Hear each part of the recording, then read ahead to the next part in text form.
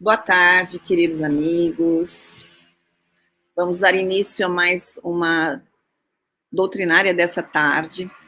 Sempre muito gratos por essa oportunidade de podermos ter esses instrumentos, de estarmos aqui, né, juntos, podendo manter o nosso contato com a nossa casa, Associação Espírita Fé e Caridade, continuarmos em contato com essa doutrina que tanto nos auxilia. Lembrando a todos que nós continuamos com os nossos atendimentos fraternos, né? Então, sempre é bom lembrar, nós agora temos agendamento, e é só entrar lá no nosso chat, na nossa página, na casa, né? Para fazer o seu agendamento. Então, todos os dias da semana nós temos essa possibilidade. Tem uma escuta amiga, né? Sempre nos ajuda a refletir melhor sobre os nossos anseios, as nossas dificuldades. Então, utilizem desse instrumento. Então, nós vamos dar início fazendo uma leitura, e logo nós passamos para a nossa palestrante, que é a Carla Ribeiro. Então, vamos lá. A leitura de hoje é da obra Caminho, Verdade e Vida, do Francisco Cândido Xavier, pelo Espírito de Emmanuel. Viver pela fé. Mas o justo viverá pela fé. Está em Paulo, Romanos 1,17. Na Epístola aos Romanos, Paulo afirma que o justo viverá pela fé. Não poucos aprendizes interpretaram erradamente a assertiva. Supuseram que viver pela fé seria executar rigorosamente as cerimônias exteriores dos cultos religiosos. Frequentar os templos, harmonizar-se com os sacerdotes, respeitar a simbologia sectária, indicariam a presença do homem justo. Mas nem sempre vemos o bom ritualista aliado ao bom homem. E, antes de tudo, é necessário ser criatura de Deus em todas as circunstâncias da existência. Paulo de Tarso queria dizer que o justo será sempre fiel. Viverá de modo invariável na verdadeira fidelidade ao Pai que está nos céus. Os dias serão ridentes e tranquilos? Tenhamos boa memória e não desdenhamos a moderação. São escuros e tristes? Confiemos em Deus, sem cuja permissão a tempestade não desabaria. Veio o abandono do mundo? O Pai jamais nos abandona. Chegaram as enfermidades, os desenganos, a ingratidão e a morte? Eles são todos bons amigos, por trazerem até nós a oportunidade de sermos justos, de vivermos pela fé, segundo as disposições sagradas do cristianismo. E assim, com essa leitura, trazendo aos nossos corações esse aconchego, essa ligação com a espiritualidade, nós elevamos os nossos pensamentos um pouquinho mais pertinho do Pai, de Jesus, dos nossos amigos queridos, da espiritualidade, dos mentores da casa e deste trabalho, para agradecer a oportunidade de estarmos aqui hoje, de podermos estar ouvindo um pouco mais sobre a nossa doutrina e que possamos fazer desta tarde um momento de reflexão honesta, que possamos, de fato, refletir a respeito desse tema que a Carla vai nos trazer hoje e que possamos aplicá-lo verdadeiramente nas nossas vidas, sem máscaras, a fim de conhecermos melhor e podemos detectar onde estamos falhando, mas com a vontade constante de melhorar sempre. E assim damos por iniciada os nossos trabalhos desta tarde, e nós vamos chamar então a nossa querida Carla Ribeiro, que vai chegar aqui. Oi, Carla. Oi, boa tarde, Sandra. Boa tarde. Tô vendo que tu tá numas companhias pets por aí, né? Que eu tô escutando, não sei se é um latim. Ai, pois é. Eu tenho aqui um papagaio que está querendo conversar. E tem uns... Ó, tá vendo? Daqui a pouco ele começa a falar. E tem uns cachorrinhos aí também, mas tá tudo certo. Legal. Legal, eu tô com as minhas gatas aqui, não te preocupa, aqui do lado acompanhando. É muito bom, né, Carla, ter esses amigos, né? Com certeza, com certeza. Então tá bom, querida, boa palestra, tá? Obrigada, Estamos com você. Beijão, obrigada, querida. obrigada. Então, boa tarde, pessoal. Vamos lá trabalhar hoje o 8º capítulo, né, do nosso livro Jesus e Atualidade, onde a Joana hoje vai trazer para nós a discussão de dever, né, o que é dever. Eu vou fazer a consulta aqui, que eu vi que o pessoal colocou no story da associação, a pergunta o que é dever. Estava consultando aqui as duas respostas, né, para compartilhar com vocês, e vamos ver se no final aí, ou quem colocou também, compartilha lá conosco depois no Instagram da casa, se continua com essa opinião com relação ao dever, ou não. A primeira pessoa colocou assim, é nos esforçarmos o máximo para cumprir nossas responsabilidades. A outra resposta com relação ao que é dever, algo ainda penoso para se fazer. Bom, tendo, né, em vista essas duas colocações trazidas pelos seguidores aí do Instagram da casa, né, eu gosto sempre de começar pelo significado da palavra, né, e dever, né, é uma palavra que ela vem do latim, devere, significa a obrigação moral determinada, expressa numa regra de ação. É o princípio da ação e estriba-se na razão. Deve estar ligada à ação. Agir por dever é agir por reverência à lei moral. Tá? Então, não muito distante do que os nossos seguidores ali colocaram, né, com relação à questão do dever. Eu queria começar a ler um trecho, eu vou ler um trecho meio corrido do texto da Joana, e depois eu vou fazer alguns comentários. Eu quero ler ele inteiro, ele não está como ele está no livro, ele foi separado de como ele mexeu comigo, né, de como do que ele me fez pensar. Depois eu volto um pouquinho para estar trabalhando algumas questões do texto junto com tendo de apoio o Evangelho segundo o Espiritismo para conversar com vocês. Então, a Joana, nesse capítulo do livro Jesus e Dever, ela começa assim: por certo, de maneira inconsciente, incontáveis indivíduos se creem merecedores de tudo. Supõem até que o sol brilha porque eles existem, a fim de facultar-lhes claridade, calor e vida. Fecham-se nos valores que se atribuem possuir e, quando defrontam a realidade, amarguram-se ou rebelam-se, partindo para a agressividade ou depressão. Não assumem responsabilidades, nem cumprem com os deveres que lhes cabem. Às vezes, comprometem-se para logo abandonarem a empresa, acusando os outros, sentindo-se injustiçados. São exigentes com a conduta alheia e benevolentes com os próprios erros. Sempre estremunhados, tornam-se pesados fardo na economia social, criando situações desagradáveis.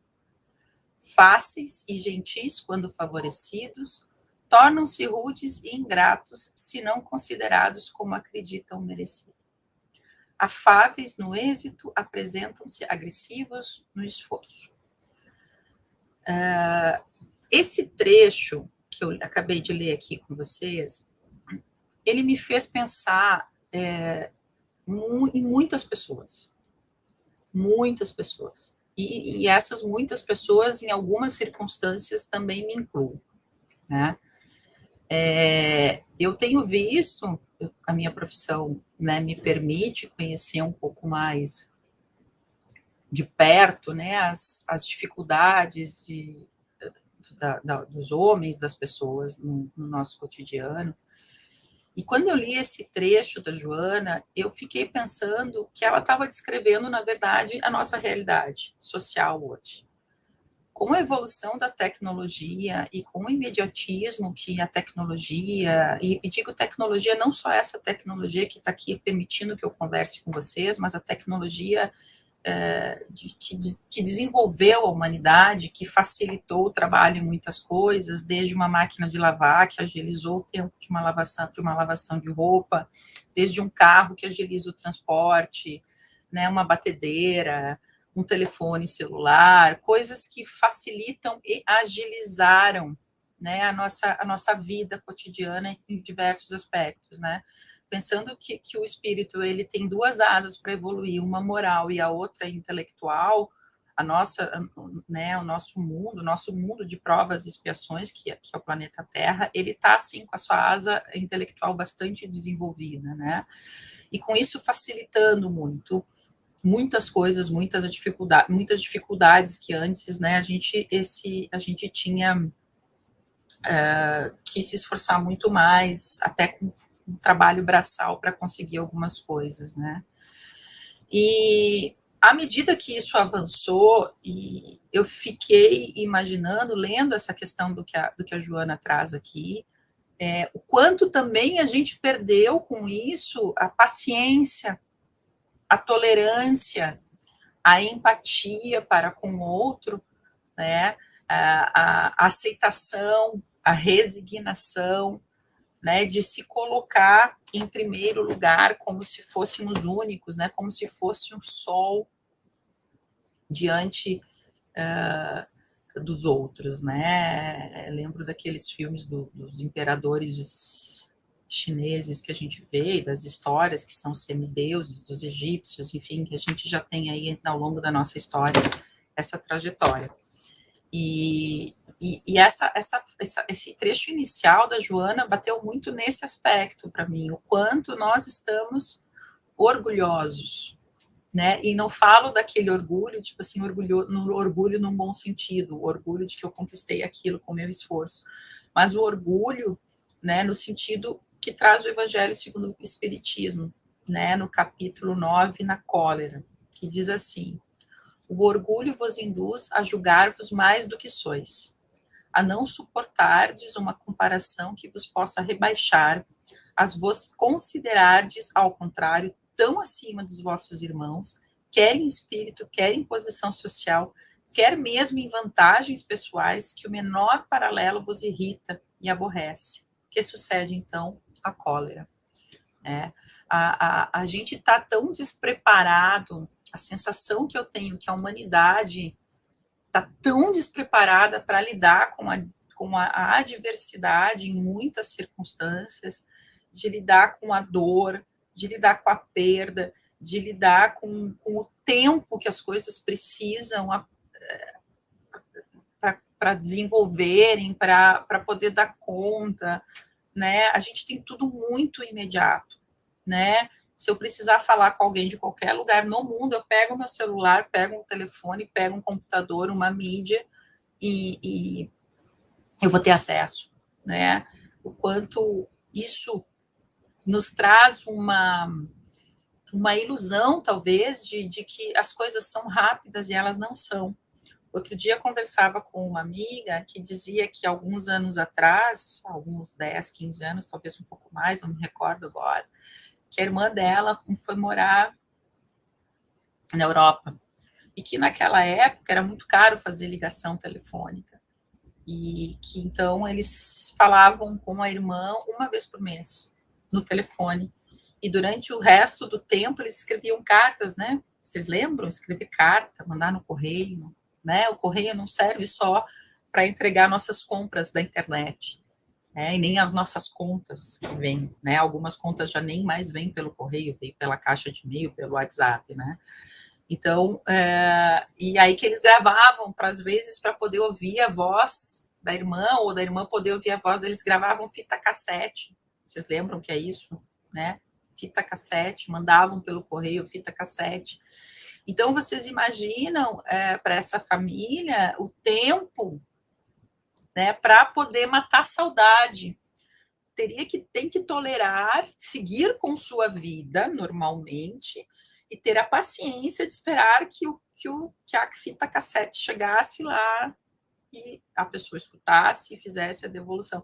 Então, a gente perdeu isso, muito disso, né? É tudo muito rápido, é tudo muito imediato, e tudo que demanda esforço de alguma forma parece que nos leva não vou mais fazer, é muito difícil, é como se fôssemos aprender inglês e na segunda aula a gente fosse falar já com fluência, né?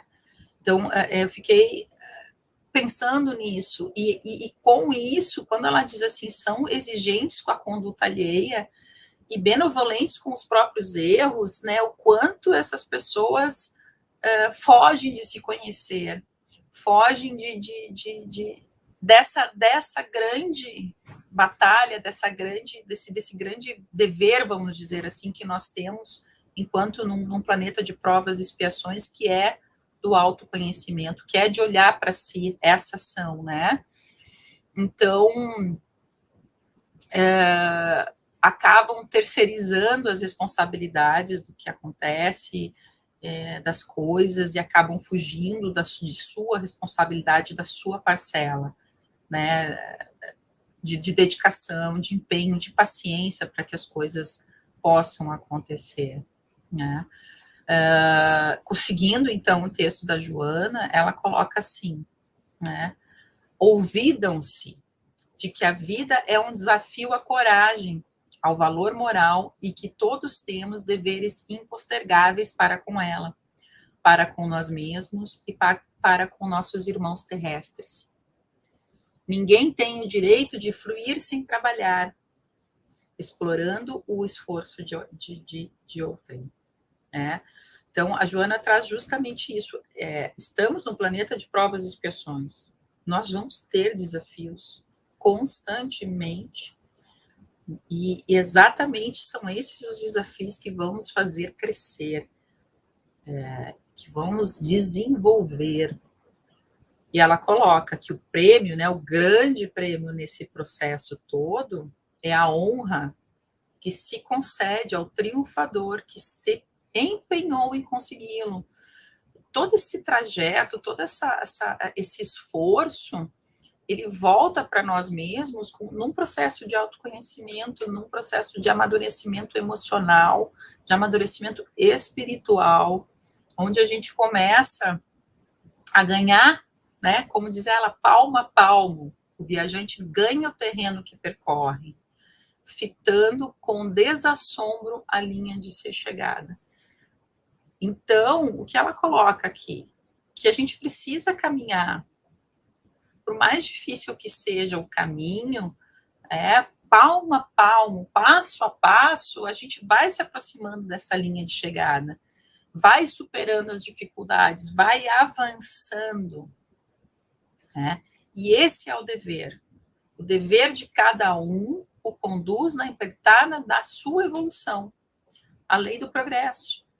Porque o que aquela linha de chegada que antes parecia inalcançável, a cada passo que avançamos, cada palmo que conseguimos vencer, por menor que seja, ele nos aproxima da linha de chegada, da nossa evolução.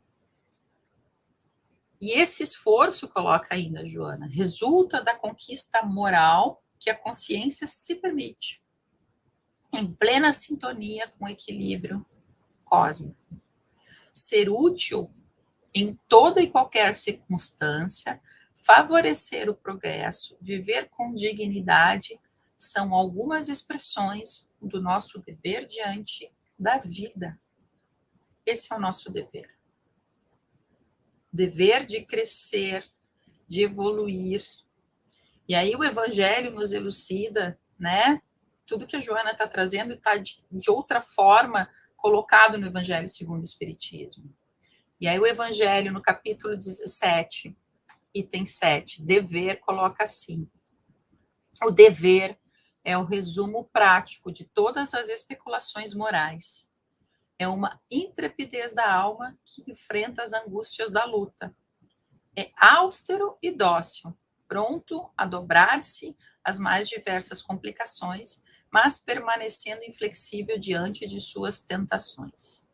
O homem que cumpre o seu dever ama a Deus mais que as criaturas, e as criaturas mais que a si mesmo. E é a um só tempo juiz e escravo da sua própria causa. Ou seja, o dever, ele é flexível e amoroso, ele é firme diante das tentações, mas ele consegue se dobrar às complicações para poder se adaptar às necessidades, poder dar conta daquela dificuldade, mas ele se mantém firme perante as tentações, diante as paixões que muitas vezes nos seduzem, como se fossem o verdadeiro caminho. Né? E Jesus, né, na sua parábola, delineou o comportamento do homem que se esforça e merece respeito, demonstrando-lhe a fragilidade e, ao mesmo tempo, o desejo de renovação. Diz assim, Mateus recorda que havia um homem que tinha 2 filhos. Falou ao primeiro, filho, vai hoje trabalhar na vinha. Ao que ele respondeu, sim, senhor. Porém, esse filho, refletindo mais tarde, resolveu não ir. Ao segundo filho, fez a mesma proposta. E o filho responde, não quero. Todavia, arrependido, foi. Qual dos 2 atendeu à vontade do pai? Pergunta o mestre. E eu pergunto para vocês, qual dos 2 atendeu à vontade do pai? E os interrogantes responderam a Jesus, o segundo. Porque o primeiro disse que ia, mas não foi. Se comprometeu aí, mas refletiu e desistiu. O segundo foi mais honesto, talvez, com ele mesmo e com o pai, e dizer, não quero, não vou, não quero passar trabalho, não quero essa dificuldade. Mas parando e refletiu, ele foi. Né? Ele encarou o desafio do trabalho proposto pelo seu pai na vinha. Né? E essa parábola, ela mostra muito onde nós estamos dentro do processo evolutivo, né? Nessa ambivalência aí de querer e não querer, né? De querer encarar as dificuldades, mas dá um cansaço, dá uma preguiça, ai, é tão difícil, é tão dolorido, é tão, né? É tão complicado, não dá para eu ficar quietinho aqui, me erra, como dizem os adolescentes, né? Me erram aí, as pessoas me erram, não, né? Partiu para outra coisa. E aí o Evangelho traz também, né, nos auxilia nessa reflexão, colocando assim, na ordem dos sentimentos, o dever é muito difícil de cumprir-se, por se achar em antagonismos com as atrações do interesse do coração. Claro que tem muitas outras coisas mais divertidas e mais interessantes para a gente fazer do que aquelas que o dever nos chama e nos convida. Porém, né, o Evangelho continua, o dever íntimo do homem fica entregue ao seu livre-arbítrio. O aguilhão da consciência, guardião da probidade interior, o adverte e sustenta, mas muitas vezes mostra-se impotente diante dos sofismas da paixão, ou seja, das tentações que as paixões nos oferecem como verdades. Não? Fielmente observado, o dever do coração eleva o homem. Como determiná-lo? Porém, com exatidão. Onde começa o dever, onde ele termina. O dever principia para cada um de vós exatamente no ponto em que ameaçais a felicidade ou a tranquilidade do vosso próximo. E acaba no limite que não desejais ninguém transponha com relação a vós. Então, aquilo que eu não quero que faça para mim, eu não faço para os outros. Esse é o limite do dever, né? É assim que eu traduzo essa leitura que o Evangelho nos traz. O homem tem de amar o dever, não porque preserve de males a vida, males aos quais a humanidade não pode subtrair-se, mas porque confere à alma o vigor necessário ao seu desenvolvimento. Então, a responsabilidade, o amor ao dever é pela conquista nele feito. Se a gente parar e pensar um pouquinho, quando a gente consegue cumprir um dever, cumprir uma tarefa que a gente se propôs até o fim, né? Quanto é satisfatório para a gente. Quanto a gente cresce com isso, né, seja pela entrega, seja pelo processo de cumprir aquela tarefa, e o quanto nos sentimos plenos, assim, que bom, consegui, conquistei, avancei, dever cumprido, a gente diz, né, e entregue, tarefa dada, tarefa feita, quanto isso é prazeroso. E transportando para dentro da nosso processo de evolução, o quanto é satisfatório para nós entender que a gente encarou aquele dever, encarou aquela dificuldade, e superou e aprendeu. E a Joana traz, né, voltando então a Joana, defrontamos nessa experiência a ação e a promessa, o fato e a intenção. A ação deve predominar porque é resultante do dever. Para ela não se tornam necessárias palavras melífluas ou confortadoras, mas sim a decisão para realizá-la corretamente. Jesus sempre propõe o dever, a ação, bem entender, a fim de melhor atuar. O texto da Joana e a colocação de Jesus o tempo inteiro nos convidam à ação. Dever é ação.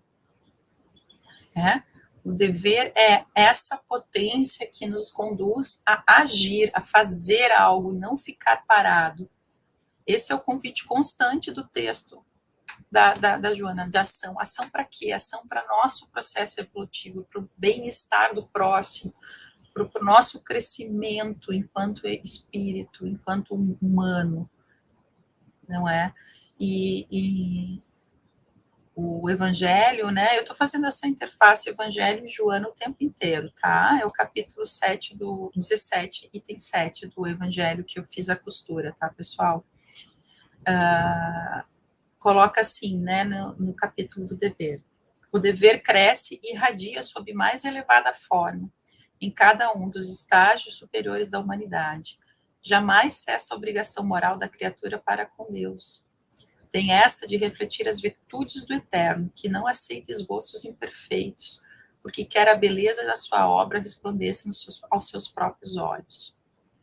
Então, aqui traz o quanto Deus quer, né, como pai, ver os seus filhos resplandecerem, alcançarem a sua imagem, né, como todo pai e mãe familiar quer que aquele, né, quer ver o crescimento, o resplandecimento, a iluminação do seu filho, do valor que aquilo tem, né, valor moral, de que ele superou, de que ele se superou, de que ele alcançou, não é? E de quanto é importante que a gente entenda essa nossa capacidade, né, e que o dever nos conduza a essa ação. É como colocado ali no início, é algo que a gente às vezes não quer fazer, né, mas vai lá e faz, porque tem que fazer, mas quando a gente termina é muito positivo. Joana traz, então, ele não induz, ele, Jesus, né, não induz ninguém à alienação da realidade objetiva do mundo.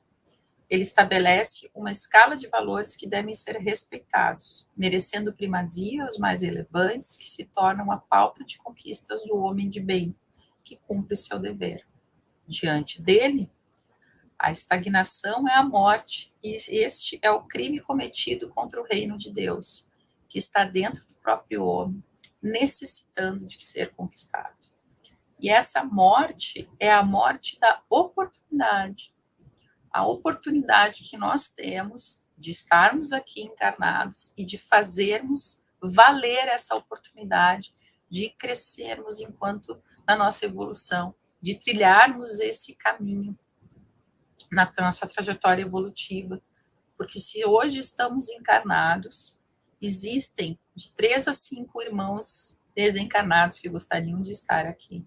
Então, o fato de estarmos aqui é uma oportunidade. E a estagnação é essa morte, né? Essa perda de oportunidade. Nós vamos voltar, com certeza, muitas e muitas vezes, mas que possamos aproveitar, dar algum passo, né? Avançar um pouco a essa linha de chegada com a oportunidade que nos foi dada.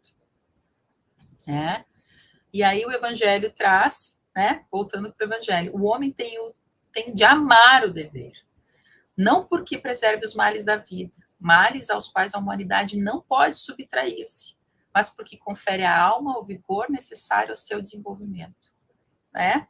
voltando, acho que até já tinha lido essa parte, mas é bom reforçar, porque é nosso processo evolutivo, né? Nós estamos no mundo de provas e expiações, nós não podemos nos subtrair aos males, isso faz parte de onde estamos, do nosso processo evolutivo, mas o dever nos conduz a isso, não é? Então, para finalizar, né, caminhando aqui para o finzinho do texto da Joana, ela ainda destaca, nos orienta, inclusive, né? Nunca prometas realizar o que não pretendes fazer. Jamais permaneças inoperante em um lugar já conquistado. Identifica as possibilidades aí vigentes e segue adiante. Acho bem interessante isso, né? Jamais permaneças inoperante em lugar já conquistado. Não se estagne, não se dê como suficiente, busque mais, né? E se for o suficiente, faça a manutenção dessa conquista, porque muitas vezes conquistar as coisas é fácil, mantê-las é difícil. Então, se conquistou, procure a manutenção dessa conquista e também de buscar novos desafios, né?